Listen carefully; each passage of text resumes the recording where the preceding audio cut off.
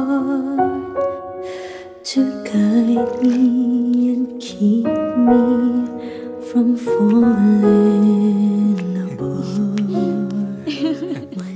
Love is perfect, but lovers are not.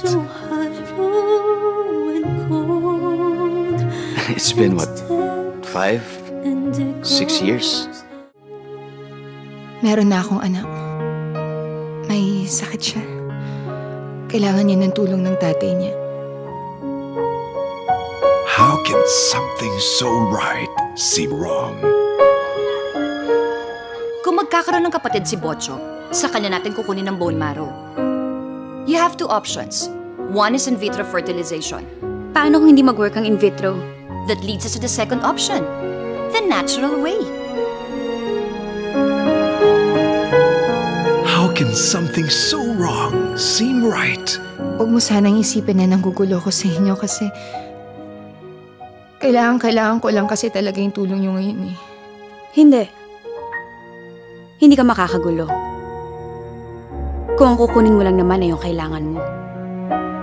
Love knows no right or wrong. What I find totally unbelievable is you're actually considering this. How can you even say no to a mother with a dying child? At sa asawa mo na noon pa lang gustong-gusto na magkaroon ng anak pero hindi ko yun mabigay sa kanya. Baka mamaya yung batang bubuhayin mo ay mismong papatay dyan sa pamilya mo. But lovers know love has consequences. Bocho! Without you, I know I'm all alone. I can't go on this way, day by day. This is a unique love story of selflessness and sacrifice, starring Angelica Panganiban, Ding Dong Dantes, Sanjo Marudo, and Angel Locsin.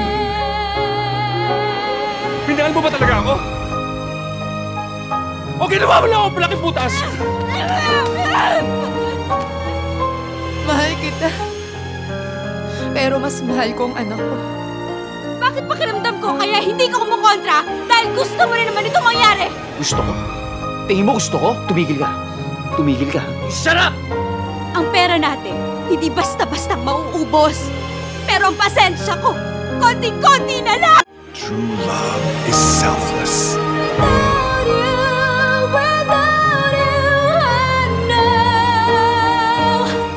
True love is worth one more try.